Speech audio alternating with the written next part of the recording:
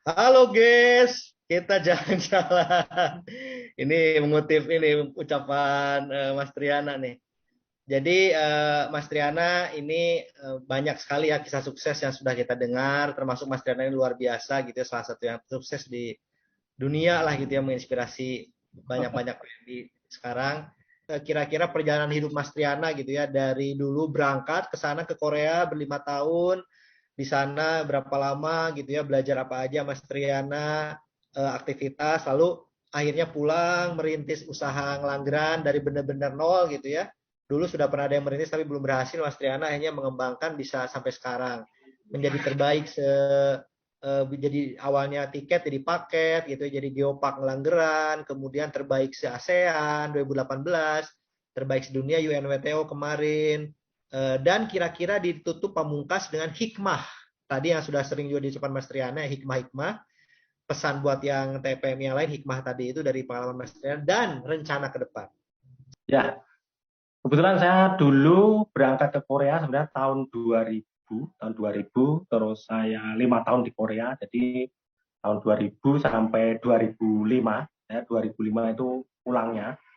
Kebetulan selama di Korea, selama 5 tahun itu saya juga bekerjanya di pabrik apa speker mobil, ya, membuat speker mobil Hyundai, Kia, Daewoo, Sangyong, Samsung seperti itu. Dan kebetulan saya sampai bertahan 5 tahun dan akhirnya saya pulang ke Ngelanggeran terus bergabung dengan teman-teman Karang Taruna dan akhirnya memulai pengembangan di Desa Wisata Ngelanggeran. Kebetulan pada tahun 2005 gabung, 2006 itu terjadi gempa Jogja yang sangat dahsyat sekali. Bahkan di Ngelanggeran itu banyak rumah yang roboh juga waktu itu. Terus akhirnya kita mulai gotong royong lagi, semangatnya luar biasa untuk memikirkan desa ini biar dikenal.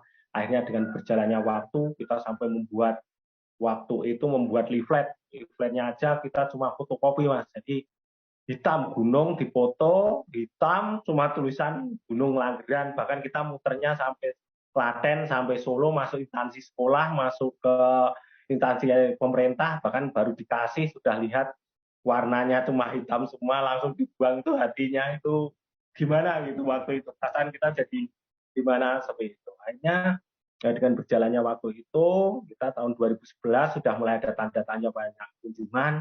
Kebetulan waktu itu kita promosinya kuat ke teman-teman mahasiswa yang ada di Jogja. Waktu itu banyak kegiatan makrab malam keakraban mahasiswa. Saya tarik ke Ngelanggeran, minatnya 1 malam di Ngelanggeran, kegiatan di Ngelanggeran. Terus 2011 juga mulai kita menjual paket-paket wisata. Jadi bukan hanya berkunjung 1 hari terus pulang, tapi kita membuat paket edukasi dari menginap 2 hari 1 malam sampai menginap 1 minggu di desa wisata Ngelanggeran. Nah, ternyata membuat paket wisata itu uangnya lebih banyak dan apa ya, nilai manfaatnya juga sangat luar biasa.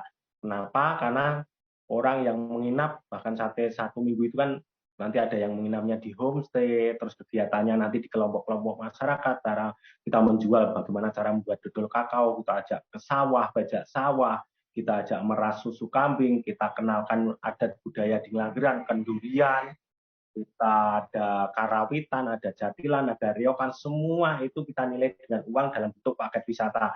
Bahkan kita menjual dari harga 250.000 per orang sampai 1.500.000 selama menginap 1 minggu. Nah, selama 1 minggu itu kalau kita dulu pernah setiap living itu kurang lebih seratusan orang, bahkan ada 160 orang. Dan tinggal mengalihkan.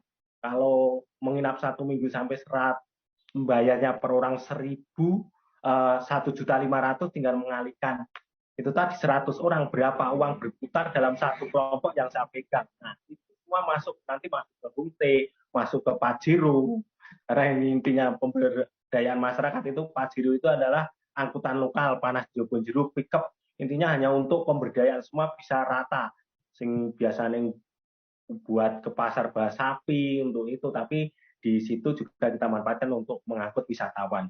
Terus di kuliner seperti itu juga. Nah, ini kan yang luar biasa dengan membuat paket-paket wisata seperti itu. Dan memang di Ngelanggeran sudah diakui di tingkat internasional, baik geoparknya, kita sudah masuk di jaringan geopark UNESCO. Terus kemarin yang terakhir kita juga diakui salah satu lembaga di PBB, UNWTO, bahwa di Ngelanggeran masuk menjadi desa wisata terbaik dunia. Wah, ini inspiratif nih. Nanti insya Allah jadi kopi purba nih. Udah nanti ada. Dan ini Mas Triana memang tadi ya, memang ini luar biasa nih. Baik Mas Triana, tadi kita akan diskusi tentang modal nih. Kalau modal membangun desa wisata gimana tuh Mas? Dari mana tuh Mas? Untuk modal membangun desa wisata, kebetulan kami kan gabung di Karang Taruna. Waktu itu modal kita ya ada sedikit sih dari saya, hanya untuk kegiatan-kegiatan karena saya merasa pernah di luar negeri, tapi tidak banyak waktu itu. Tapi modal utama itu cuma niat dan ketulusan, karena yang kita kelola adalah sebuah kawasan atau desa yang notabene yang kita kelola itu adalah sebenarnya sumber daya manusia, Mas. Kalau nggak kuat ya kita pasti akan keluar dari situ. Tapi memang nyaman nggak nyaman karena kita yang kelola adalah sumber daya manusia. Istilahnya itu kita mengelola konflik karena ini bukan milik saya pribadi tapi milik kelompok. Memang kita harus benar-benar memanage, menjaga hati, menjaga kebersamaan dalam masyarakat maupun kegiatan, sehingga saat ini pun orang baru melihat bahwa di desa kami sudah dikenal baik di tingkat nasional bahkan sampai di tingkat internasional. Dan terakhir kemarin menjadi desa wisata terbaik di dunia. Nah, itu pun prosesnya juga panjang, tantangannya juga luar biasa, yaitu tadi yang kita kembangkan, yang kita kelola adalah sumber daya manusia, yang mencakupnya bukan hanya tapi dengan suasana desa yang tetap asri, tetap guyup rukun, tetap gotong royongnya kuat. Inilah kekuatan kami di desa wisata Ngelanggeran sehingga kita bisa diakui di tingkat dunia seperti itu. Mas Ges, ini tadi banyak juga PMI kita yang aktif itu mau pulang, mau mandiri, tapi ketakutannya itu, wah nanti takut nggak gagal gitu loh. Bahwasanya nanti takut habis modal gitu, Mbak, dan tidak mudah sukses gitu, takutnya itu. Nah, kira-kira pengalaman pribadi Mas Ges dan desa gitu ya, menghadapi kegagalan tadi itu, menyikapinya bagaimana sehingga outcome-nya sekarang terbaik sedunia. Gimana Mas Ges?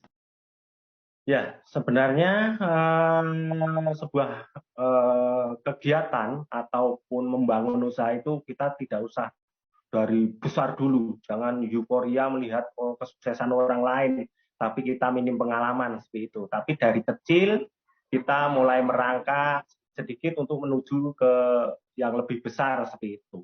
Karena kita berprosesnya juga lama, karena yang kita kelola adalah desa, bukan usaha pribadi. Jadi waktu itu kita cuma mengandalkan semangat, gotong royong, swadaya masyarakat maupun swadaya teman-teman seperti itu. Terus saat ini kita juga mengajak teman-teman yang purna migran yang ada di Ngelanggeran, yang dulunya bolak-balik ke luar negeri. Kebetulan saya kan ketua TKI di Desa Wisata Ngelanggeran, karena saya sudah bisa merintis, melihat banyak kunjungan wisatawan masuk ke desa itu. Kalau sebelum pandemi itu 1 bulan itu bisa 13.000 orang masuk ke Ngelanggeran. Kenapa teman-teman PMI itu harus bolak-balik ke luar negeri? Kenapa tidak mengambil peluang? Karena niat kita kan membuat usaha di rumah. Kita kan terus dalam kelompok saya, Purna Migran di Ngelanggeran atau kelompok PMI saya, itu saya mencoba mengkoordinir teman-teman Purna Migran yang ada di Ngelanggeran nggak usah bolak-balik ke luar negeri, tapi kita mengambil peluang banyaknya kunjungan itu. Akhirnya saya mengajukan beberapa proposal ke instansi terkait, baik pelatihan kewirausahaan, pelatihan kuliner, dan lain-lain. Akhirnya teman-teman saya sekarang itu sudah tidak bolak-balik ke luar negeri, bahkan mereka sudah bisa home industry, membuat kue untuk oleh-oleh, membuat dodol, membuat coklat, dan juga rumahnya, karena rumah PM itu kan lebih baik dibandingkan yang lain. Saat ini juga dijadikan homestay, Terus secara komunikasi, karena homestay di Ngelanggeran adalah tamu itu jadi satu dengan tuan rumah. Secara pengalaman Puna PMI jelas lebih cepat untuk berkomunikasi dengan tamu yang datang ke Ngelanggeran. Dan alhamdulillah saat ini untuk PMI yang ada di Ngelanggeran sudah banyak yang terlibat. Terus teman-teman PMI juga sudah jauh berkurang karena Kabupaten Gunung Kidul kan terkenal urbanisasi. Tapi untuk di Desa Ngelanggeran, kemarin lomba terakhir Hasan Wirayuda Award, kebetulan di Ngelanggeran dijadikan tempat penilaian dan bisa membawa Pemprov DIY masuk mendapatkan penghargaan Hasan Wirayuda Award itu dari penilaian PMI yang ada di Desa Ngelanggeran. Karena memang dengan banyaknya kunjungan wisatawan di Ngelanggeran, teman-teman PMI sudah bisa mengambil peluang baik di homestay, di kuliner, di oleh-oleh, pemandu, semua bisa mengambilnya. Dan disinilah kebanggaan saya karena saya juga sedikit banyak andil dalam pengembangan desa wisata Ngelanggeran, Mas. Lalu Mas Ges, ketakutan dari rekan-rekan PMI itu yang kita terima di FGD adalah yang belum mulai gitu ya, yang masih aktif, nggak ada pengalaman usaha nih. Nah, bagaimana merefleksikan ke pengalaman Mas Ges gitu ya, bahwasanya mungkin pengalaman itu bisa dicari sambil berbuat atau mungkin bisa belajar itu sambil kerja gitu ya, dan nanti itu mendukung kesiapan kita buat memulai usaha. Bagaimana menurut Mas Ges? Ya, menurut saya untuk saat ini kita lebih istilahnya lebih melek untuk di dunia digital. Itu kita sebenarnya banyak sekali kita membuka teman-teman usaha teman-teman PMI itu banyak sekali. Bahkan kalau bisa di luar negeri, kalau waktu luang, tempat ada waktu libur, kita bisa belajar entah bahasa. Kalau bahasa nanti bisa jadi pemandu karena Indonesia kan cantik tempatnya, wisatanya itu sangat menarik bagi wisatawan luar negeri. Bahkan untuk yang kemarin yang masuk ke Jogja itu untuk bahasa Mandarin itu sangat dicari, bahkan sehari bisa 1.500.000 teman-teman pemandu kami itu butuh untuk bahasa Mandarin. Nah, ini bahasa-bahasa ini penting. Di mana tempat kita belajar, baik di Korea, di Hong Kong maupun di mana, pokoknya di luar negeri teman-teman bekerja, itu kita mendalami bahasa yang baik di situ. Bahkan kalau enggak, kita mulai belajar kuliner yang ada di sana. Kebetulan teman-teman yang pulang dari Korea itu pulang bisa membuat kimchi, dan kimchi itu menarik karena di drama-drama Korea itu yang disajikan adalah menu-menu Korea kan semuanya dengan kimchi, dan teman-teman membuat usaha kimchi. Nah, akhirnya teman-teman Indonesia pecinta film Korea itu jadi tertarik, pengen merasakan sensasi makan kimchi seperti itu. Dan ya salah satunya teman kita Mas Bambang tadi ada membuat kimchi juga dan laris manis juga. Kebetulan kakak saya juga sering membuat kimchi juga. Alhamdulillah pesanan untuk di lingkungan masyarakat juga sangat sangat sangat banyak sekali. Nah, itu hal-hal yang kecil mungkin sewaktu kita ada di luar negeri, manfaatkan waktu luang, waktu libur, entah belajar bahasa, entah kuliner, entah desainer atau apa, itu saya yakin itu menjadi modal yang sangat kuat untuk nanti kita pulang untuk membuat usaha. Kalau tidak, yang notabene dulu sudah punya istri yang ataupun suami yang ditinggal di rumah, yang sudah istilahnya merintis usaha, ya karena kita sudah cari modal ya sedikit banyak kita kasih modal seperti itu. Jangan karena kita sudah bekerja terus istrinya disuruh berhenti untuk wah kamu nggak usah usaha, gajiku sekarang sudah 20 juta, kamu nggak usah usaha. Kebetulan teman-teman saya di Karanganyar itu yang getok itu dia istrinya memang dulu itu ditinggal ke luar negeri ya memang sudah merintis usaha getok, tapi setelah dia ke luar negeri dikirimi modal, bangun tempatnya, terus bangun usahanya, akhirnya saat ini getuk tek di Karanganyar itu menjadi dinobatkan sebagai oleh-oleh khas Karanganyar. Itu kan sesuatu yang luar biasa. Bahkan saat ini kunjungan ke ke usahanya itu luar biasa. Nah, ini adalah pengalaman-pengalaman penting yang perlu buat teman-teman. Jadi kita jangan takut, kita jangan apa ya, banyak itu kalau teman-teman TKI itu biasanya itu diiming-imingi usaha yang wes sing naruh uang segini besok terus jadi segini, itu banyak sekali dan pada yakin banget padahal itu penipuan. Itu hati-hati sekali. Bahkan kita pulang ke rumah itu nomor WA kita itu sudah masuk di dealer, sudah masuk di bank, sudah masuk di showroom. Mereka sudah menawarkan apa saja karena tahu kalau kita punya uang. Nah, itu perlu hati-hati. Kalau kita beli ya beli investasi tanah ataupun rumah karena kedepannya itu akan setiap tahunnya pasti naik. Seperti itu. Kalau kita belinya Pajero, memang itu gaya hidupnya luar biasa teman-teman. Sakit dulu banyak belinya Pajero, ternyata pajaknya aja 6 juta, ada yang 7 juta.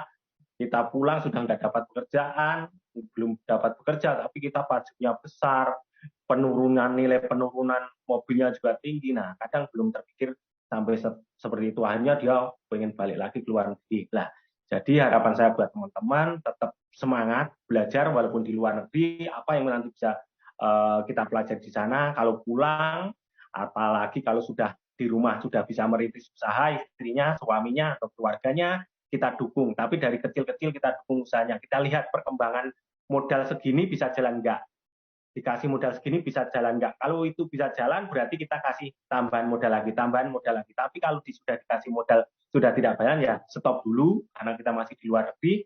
Nanti kalau pulang kita bersama-sama untuk mengembangkan usahanya. Mungkin itu Mas Goris yang saya sampaikan. Terima kasih. Kamsahamnida. Jadi tadi ya, Oke. belajar itu tidak hanya tentang usaha, tapi skill-skill yang mungkin nanti ke depan bisa jadi usaha gitu ya. Yang tadi bahasa, kita kuliner itu ternyata bisa dipelajari dan itu bisa jadi modal modal usaha juga, skill ya. Karena modal itu nggak hanya uang kan, tapi nasi gitu ya, network, jaringan, aset kita kayak tanah tadi Mas Triana gitu kan, skill. Nah ini skill bahasa gitu kan, kuliner, masak, sama ide kan. Nah ini bisa menjadi inspirasi juga bahwasanya tadi belajar itu tidak hanya usaha tapi belajar masalah skill-skill yang lain. Ya, Mas Riana makasih, nanti mampir lagi ke sana. Sama-sama Mas.